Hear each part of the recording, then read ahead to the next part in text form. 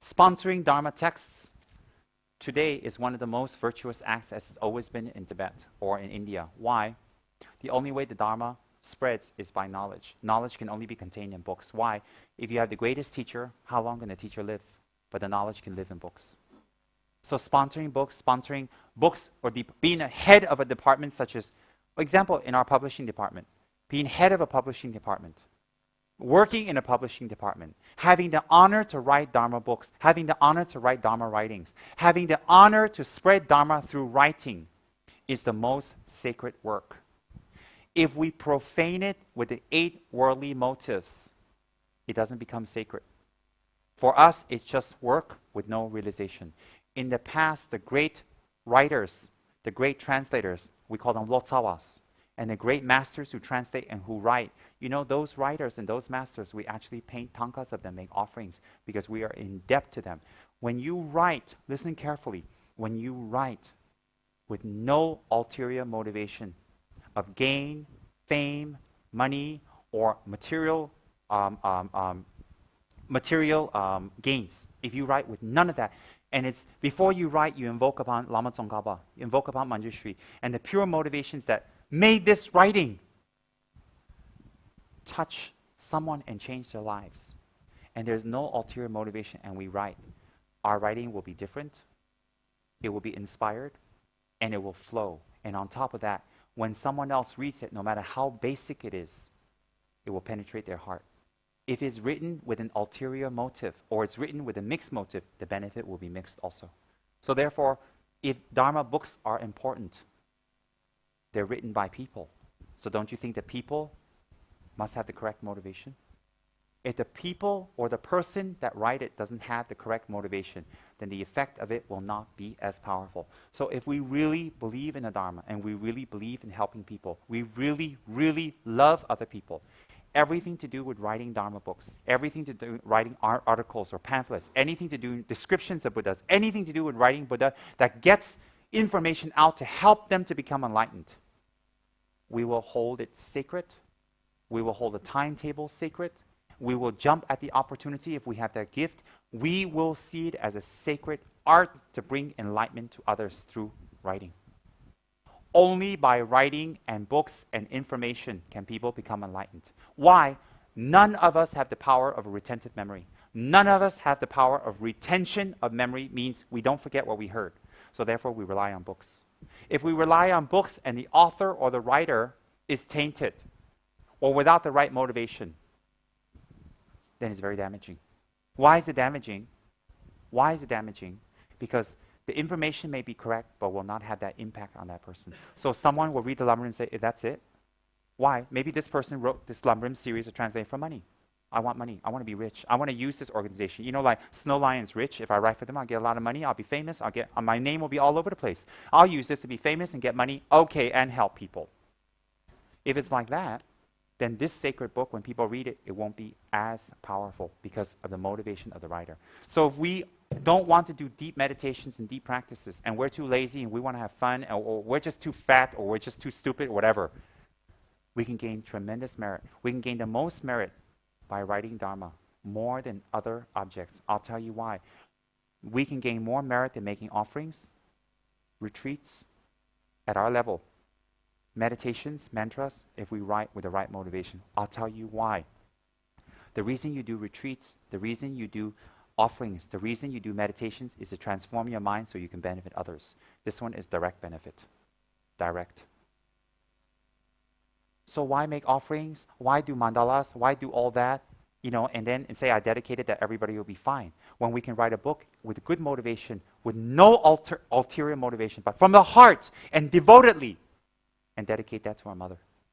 So when we write a beautiful Dharma book, and 10 books and dedicate it to our mother, 20 books and dedicate it to our mother, every person that reads that and their heart changes, the merit goes to our mother. What is more sacred? That's even more sacred than a Buddha statue. Do you know why? Buddha statues can't change people's hearts. A Dharma book can. Buddha statues directly cannot relieve people's sufferings. A book can. A Buddha statue cannot directly relieve people of ignorance and wrong practice that brings them to suffering. A Buddha book can. So people who write the Buddha book have the greatest opportunity to collect the most amount of merits. And therefore, if their motivation is to collect merits, there will be no ulterior motive. If there's an ulterior motive, then that benefit will be mitigated and minimized. And if they make it difficult for people, they don't put it on timeline, they don't finish on time, people have to chase them, and then they have negative thought, oh, I better finish it because they're chasing me. What's the point? If you're a writer of Dharma, if you have a Lama that teaches Dharma and you can write, or you yourself are a scholar and you can write and you can benefit people, do you know the kind of impact you can have throughout the world? Do you know that from the time of Lord Buddha to now, do you know what existed from Buddha till now is the teachings? Do you know how they existed? In book form. Do you know who wrote the books? The masters, the scholars, the writers. It is their kindness that we have this. So if we don't treat this department sacred, if we don't sponsor this department, if we don't make this department work, if we don't make the covers and the CDs and the packaging, everything as beautiful as possible to suit the modern person, how are we spreading Dharma? How far do you think we can spread the Dharma by making thousands of statues and just sending out? That's a helping process. But what's more important is Dharma books. And today, luckily, Dharma CDs. So when we make Dharma, if we support this department and we make this department grow, even posters, everything, because you have to understand, during Tibetan times, they don't have posters, they don't have CDs, they don't have computers, they don't have all this, they don't have color graphics. All they have is that long text, that's it. So how much can they do? Today we have so much more opportunity to spread the Dharma, so much more. Even a website is sacred because you're passing a sacred message. That's why I tell people who make websites, improve, learn, make it better, make it grow, make it attractive. Why? It's not an ego trip for me. It's that when people see it, they'll be invited to look into the website and learn enlightenment. That's why. It's all related to Dharma teachings. So I've been telling people for months and years about this. Some people listen, some people don't. So even the website and what we write, and everything must be free of grammatical error. Why? You don't want to distract the seeker of enlightenment by grammatical errors. You don't want to. So when people see something wrong, they're like, oh, that's wrong, and then it distracts them. You don't want to do that. So your website should be clean and beautiful and perfect and beautifully done and matches. Why? Is people's attachment to form that initially gets them into something. If they come across a website, it looks nice. Oh, I want to see that because it looks inviting. You attract them by samsaric form. So books should be packaged well and beautifully, not cheap, and done well. We should have money for this. We should raise funds to get Dharma books out of the best quality. Why? You are spreading Dharma. Do you know that when every single one of us die, this will still be around? Somebody will pick this up 100 years later, 200 years later, 300 years later, and read it and say, oh my God, it's changing my life. It might be even you coming back and reading and going, oh, and opening up a memory. Think, someone sponsored this so we can have this to become enlightened. Someone wrote this down. The person who wrote this down is His Holiness Trijang Rinpoche. Trijang Dorji Chang attended Pabongko Rinpoche's Lamrim teachings and wrote down specific notes, which became this book. He wrote, that's from his notes, Imagine if we can write a book from our notes. It'd be about 2 pages thick. Think.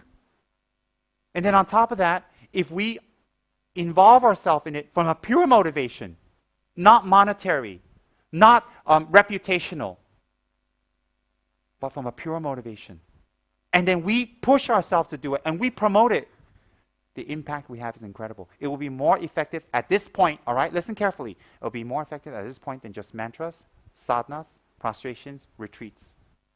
Why? It is direct effect into people's minds. That's why writers and writings and the writing department is very, very sacred.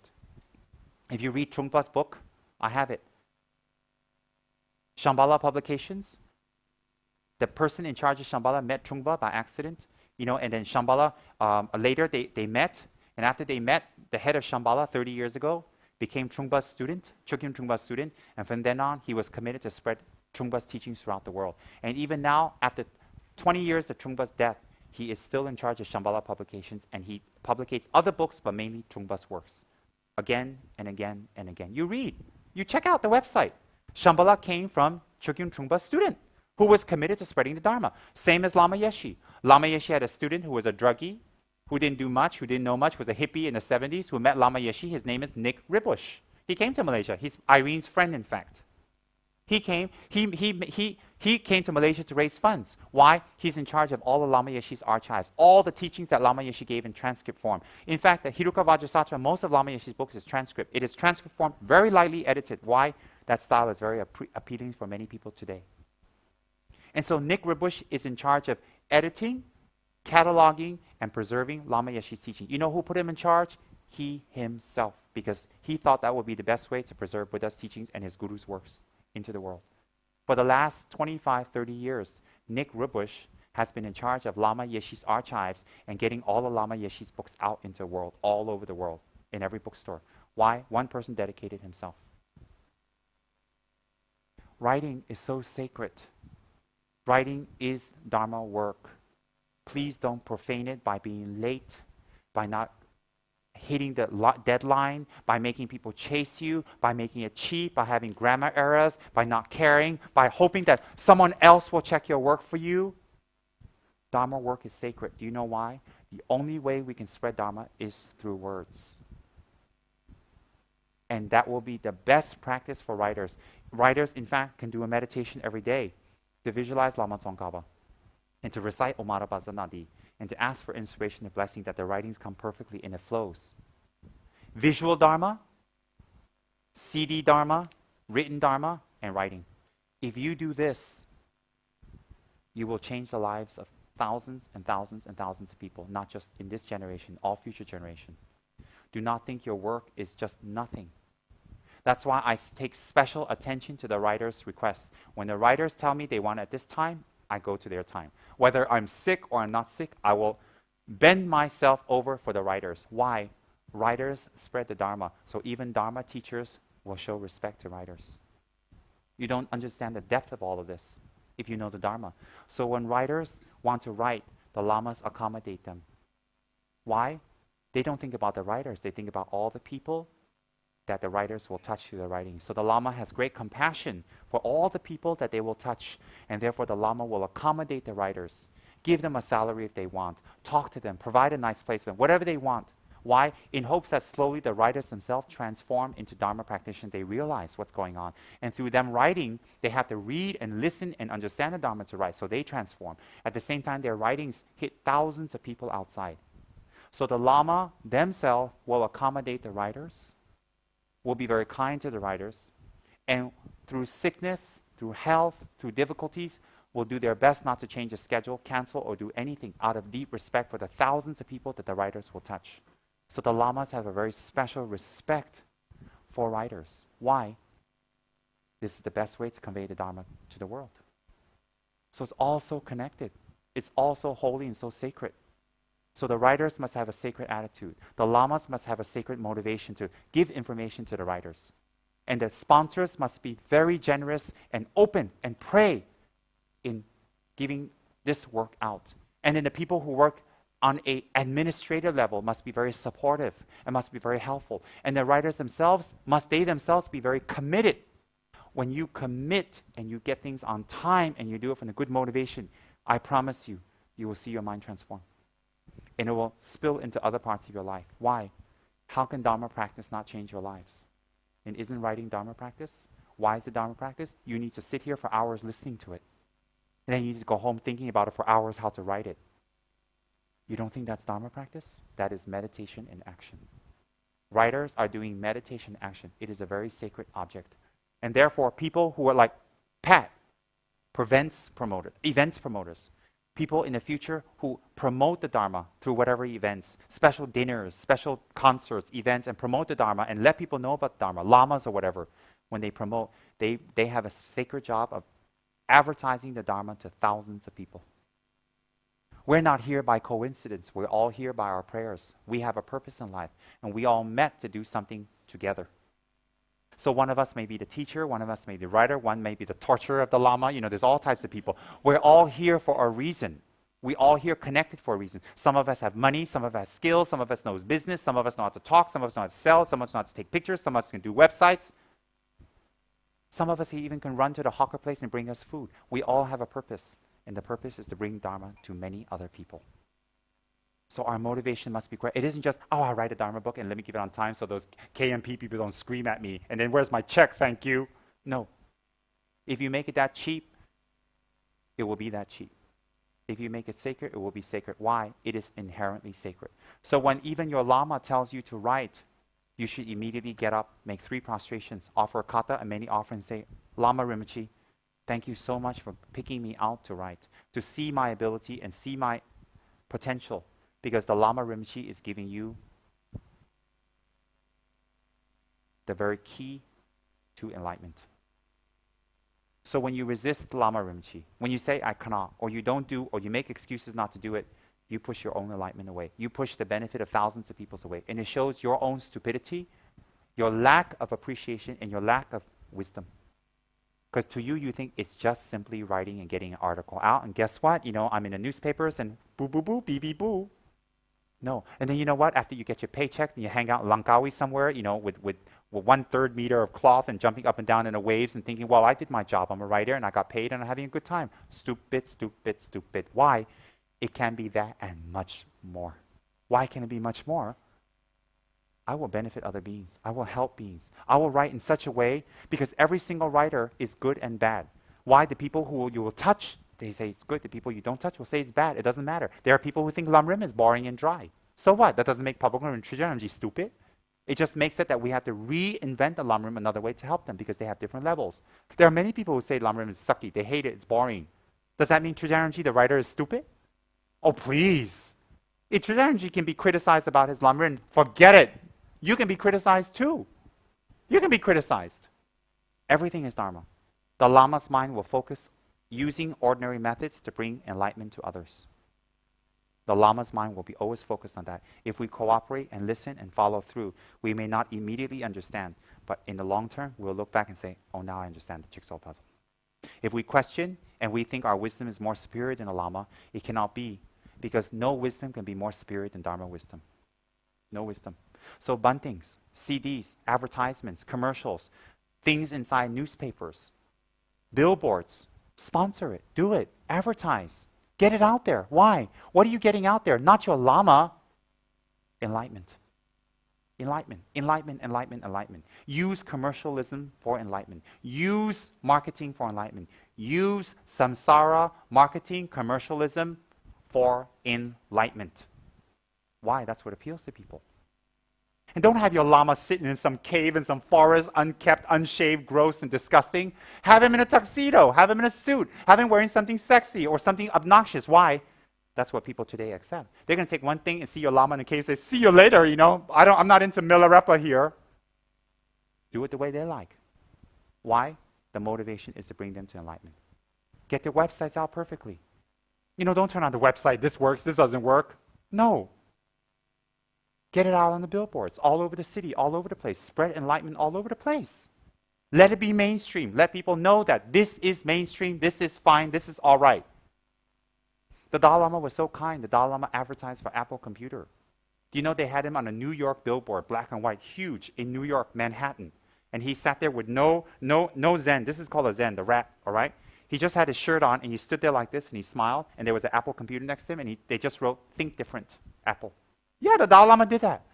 He got a lot of slack from that, because like the Buddhist Pope doing an Apple commercial. No, the money he got, he donated away immediately. Even the Dalai Lama is on a billboard for Apple Computer. I'm like, hello, can I be the next model? Mwah. In New York City, you can check that out on the website. I saw it. His Holiness the Dalai Lama on the billboard. Can you believe it? His Holiness is on a billboard? Why can His Eminence not be on a billboard? Me, billboard. Okay, his motivation's a little different than mine. Never mind. I can pretend what? Oh, didn't work. Why not? The Dalai Lama was an Apple billboard in New York City. His Holiness, Avalokiteshvara Kuan Yin. So why can't the schmuck from Los Angeles be on the billboard? Thank you. And a lot of airbrushing, please, a lot. You're going to need a tornado brushing to make my skin look great on the billboard, because it's going to be magnified. Can you see it? They say, what is that, the moon? No, it's Tsem skin. Kiss my grits, Suzanne. She's evil, look at her. May all your pimples never pop. Yeah, why not? So writers have a very sacred mission. And today we're very lucky because we have so many mediums to bring the Dharma out to the people. What are we sitting around for? We should use our skills. If we can do 100%, do it. If not 50, if not 40, if not 10. Don't sit there and say, if I have this condition, I'll do the Dharma. If I have that condition, then I'll do it. If I have this much, I'll do it. If I accomplish this, I'll do it. Stop making conditions on when you'll do the Dharma. Just do it. Just do it. Don't make any more conditions, because all the conditions you made to do Dharma hasn't worked till now. Up till now, you've made all these conditions. When I get this, when I do this, and do this. What happens if your endeavor fails? Then you don't do the Dharma? How silly. Don't make conditions on when you do the Dharma. Just do it now, at any level. Whether it's a 10 Manjushri class, as never miss it, or you donate millions of dollars. Up to you. Just start now. So this department of Kichara Media and Publications, if we have the honor to be the director, or to be a liaison, or to be in charge, or to be involved, or to be working for, or to sponsor, or to be in any way involved, we should think of it as a life dedication, as an opportunity of a lifetime to spread the Dharma, the easiest way. And even if we don't know a lot of Dharma, we have people around us that can teach us Dharma that we can write. Because if we have the skill of writing, imagine with the skill of a pen, okay, never mind, these days with a keypad, with the skill of a keypad, we can change people's lives. And that is combined with a good motivation and doing our sadhanas and practice. Do you know how many lives you can change? Do you know how many people can read your book and they were sad and they were unhappy, or they wanted to kill themselves, and they read your book and you change their lives? Imagine that. Someone can read your book and not want to kill themselves. Someone can read your book and be kind to their mother. Someone can read your book and stop arguing. Imagine the difference you can make, and imagine the places the book can get to. And if you combine that with prayers, good motivation, and listening, and with pure aspirations, and after you finish the book or the writing or the article, and you dedicate it in the name of Lama Tsongkhapa Manjushri, and you send it out in NMC, on the website, or in bookstores, whatever, and people read it, and do you know the impact it'll have? It isn't just the words, it's your blessings by your prayers. You can change people's lives. Not alter, change. And you can change people's destiny through writing. Isn't that what life's about? Isn't life about bringing benefit to others? If we don't think about bringing benefit to others, what are we living for? If people have to chase us for a deadline, if we have to argue back and forth about money, if we don't want to do prayers, and we do cheapskate little writings, and then we run around pompously like a peacock telling people, I want to benefit people. It will benefit, but the benefit will be very little. Don't you want your efforts to be even more beneficial? Imagine one little book of ours. Someone can write in or say something and say, it changed my life. Just think about that. One billboard up there, they see it and they go and buy the book and they read it, they go, oh. Yeah, you have 100 people saying, oh God, that model's ugly, that llama's ugly, the billboard's stupid, whatever. Then you have 1,000 people say, it changed my life. How can that work be not sacred? What is the purpose of our life? To eat, to sleep, to copulate, and to work, and just get old and die? No, the purpose of our life is to bring benefit to others. Not temporary benefit, ultimate benefit. Ultimate. That they don't have to take suffering and create more suffering, and they suffer more, and they suffer more, and they suffer more, and to helplessly watch them suffer out of blind ignorance and not do anything about it, and to enjoy your life and to sit there callously, coldly, and evil just to watch other people suffer and know you can do something and not put effort toward doing it. And then like robots go through the motions of reciting mantras and talk about religion and go to churches and temples. That's the most evil people on the earth. People who can do something and not do it. And we can do it. We can do it. Out of great compassion for others, out of great compassion that I can do something. Tremendous compassion. The compassion that says, I can make a difference in someone's suffering. Isn't that worth to live for? I find that worthwhile to live for. What other reasons is there to live? Why? So it's all related to Dharma, whatever we do. Compassion is the key. Compassion is the method. Compassion is the result. Compassion is the goal. Compassion is the elixir. Compassion is the reason for living. Compassion is the only word that has any meaning in the English language. Compassion. Compassion without motive. Compassion, compassionately motivated. Out of compassion, for compassion. Compassionately. And that's why we should do any type of Dharma work. So writing Dharma is extremely sacred. And everything involved with writing Dharma, everything involved with this department, everything in promoting the Dharma, everything in doing things that bring promotion to Dharma is the most sacred work. And if we have the karma to be involved in that, we have made many aspirational prayers in previous lives that we can be a benefit to Dharma, and it'll be big. Think about all that. Think about all of that. All of that comes from my understanding of Dharma and what I've heard from my teachers and the little bit of understanding that I have. All of that comes from that. So therefore, for me, this department is very sacred. For me, this department is very holy, and everything having to do with it is very profound. And if I can convey the profundity of this department to all of you, and you guys can realize it, and it can spread to others, it is my hopes that you will be responsible, take responsibility, and not think of it as it's Kichara Media and Publications and me, but to say, I am part of Kichara Media and Publications. Why Kichara? To go to Kichara Paradise by media and publications. To reach that level, to bring people to that level. Not to think that I'm away from it or not a part of it, but to be a part of it. To have the merit and the intelligence and the motivation to be a part of it. That's very, very, very important. So, and if we're not part of Kichara Media and Publications, we can be a part of another department in the center. And what's that about? To find innovative and fabulous ways to bring benefit to others.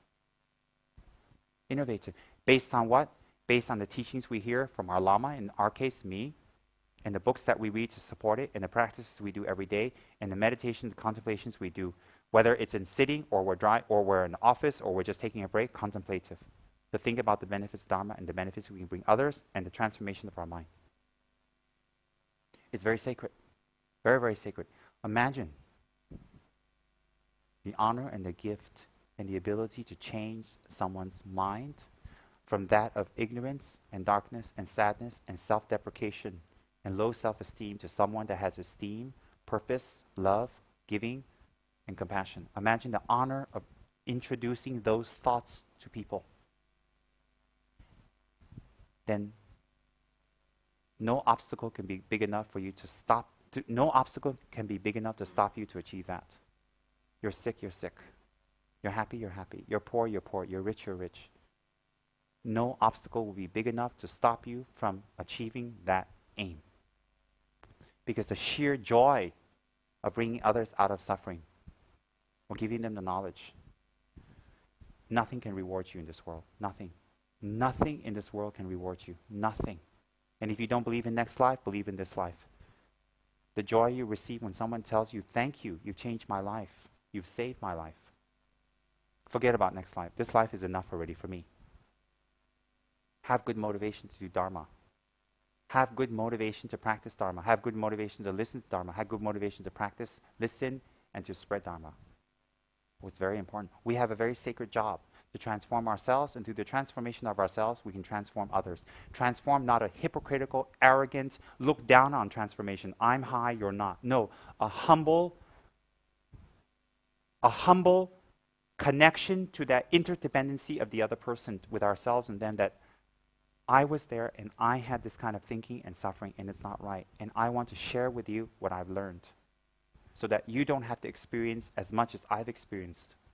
This sense of interdependency and this sense of responsibility. And that would be Dharma practice. To have responsibility for another person on the basis of interdependency with all sentient beings. Isn't that a wonderful way to live? Isn't that a wonderful way to exist. Isn't that a wonderful way, a wonderful mode of thinking daily from the time you get up to the time you go to sleep? That's what Dharma practice is all about. So there's no time to delay. There's no time to make up games. There's no time to, no, I don't have enough self-esteem. I don't have enough knowledge. I don't have enough money. I don't have enough time. But when this happens, when that happens, no. Every time you delay, every time you make an excuse, every time you give something lame or you say something and you fail, every time someone out there would have been help that you need because of your excuse. And that's the urgency in doing the work fast. That's the urgency. So if there's 100 people out there in the middle of the ocean drowning and we've got a lifeboat and we couldn't wake up on time, or we weren't paid enough to get on the lifeboat, or we were having sex with our girlfriend or our boyfriend and we couldn't finish that, or our mother yelled at us so we're in a bad mood, or we got fired from our job, or we were sick but we're not immobile, and then we use these excuses not to get on that lifeboat to paddle to the middle of the ocean to rescue these people, we are not even human. Sentient beings are likened to beings drowning in the ocean. And the lifeboat is our knowledge and our effort and our Dharma. And all the excuses we make, oh, if we have a girlfriend, we'll do this. Oh, if I have a girlfriend, then I'll paddle the lifeboat out to the middle of the ocean and rescue these people. If I get this amount of money, if you pay me enough, I'll paddle out there. If you pay me enough, I will paddle out there. And until I sign the contract that you're going to pay me this, then I won't paddle out there. Or, they can drown on Friday and Saturday and Sundays, but on Monday, Tuesday, and Wednesday, I'll paddle out there and help them. Or, I'm not feeling too well, I have a flu. Hey, you have a flu, they're drowning. They are drowning out there. Well, let me make my money first, and once I make my money, I get this amount of money, then I will sponsor your boat so you can go out there. I don't need you to sponsor it. I already have a little boat, but I'll give you a bigger boat. Never mind about a bigger boat. Why don't we just use a little boat and go back and forth and rescue them? I don't want to wait till you get a bigger boat, because by the time you get a bigger boat, they might have drowned. And people use all kinds of lame excuses and lame, tired, over, plastic, superficial excuses that are actually a cover for the self-cherishing mind, the selfish mind of not wanting to make an effort for another without getting something back, not to go out in this boat and to rescue someone else. Oh, I'm too angry to rescue them. I'm not happy right now because someone screamed at me because they gave me a black face. So I'm not happy. I'm not going to go out there. We use all types of excuses. And every time we use an excuse, every time we listen to our excuses and we follow it, someone drowns. Why would we want that to happen? Aren't we spiritual? Aren't we Buddhists? Don't we, when we go up there, don't we want to tell them, I've learned my lesson? Yeah, we do. I mean, finally, after 3 aeons of helping sentient beings, bloop, bloop, bloop, bloop, bloop, bloop, bloop, bloop, bloop, bloop, bloop, bloop, bloop, bloop, takes them back to Buddhahood. Imagine 3 aeons later, they saw your crop circle. Wouldn't that be fabulous? And that's what life's all about. No more procrastinations, no procrastinations. No more lame excuses. No more because my girlfriend screamed at me, I'm in a bad mood, I don't want to paddle out there and help someone. No more, if you don't pay me enough, I won't go out there. No more, oh wow, sorry I was late, the LRT took me to the pier late. Ridiculous. Well, I'm sorry 10 people drowned because I was stuck in a traffic jam. All lame excuses. Well, then leave earlier.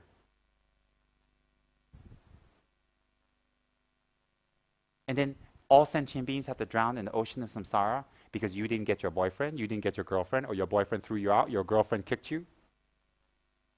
Don't be ridiculous. Our sense of propriety must push us to be more, propel us to be more. Like I said, you don't believe in your next life? Never mind. I don't blame you. None of you have the third eye. Okay, you have 4 eyes, but that doesn't count. But believe in this life. Even if you're blind, you can believe in this life. No eyes. If you change people's lives, you have the biggest and the deepest and the most happiest satisfaction. A satisfaction that cannot be replaced with anything. Believe in this life. Promote the Dharma. Listen to the Dharma. Understand the Dharma. Talk the Dharma. Practice the Dharma. Work for the Dharma. Spread the Dharma. Be devoted to the Dharma. Why? What is Dharma? Happiness. That's it. Just let's translate the word. Dharma is happiness. Spread it correctly. Don't twist your own little cultish view of what Dharma is and start your own little temple next door. And that's what it's all about. Think about it. So Dharma books convey that message. Dharma books convey that thought. And Dharma books are very sacred. Therefore, we keep them in a sacred place. Therefore, before we read them, we touch into our foreheads. Therefore, we put them in a sacred area. Therefore, we are clean. We're clean to create awareness of something sacred. Why? The purpose of all this is awareness. Whether your hand is clean or not, you touch a Dharma book, nothing happens in the Dharma book. Something happens to you, you create awareness. And then the awareness grows to the point of enlightenment. You got to start somewhere. You got to start somewhere. So think about that. That's very, very sacred. Very, very sacred. All right?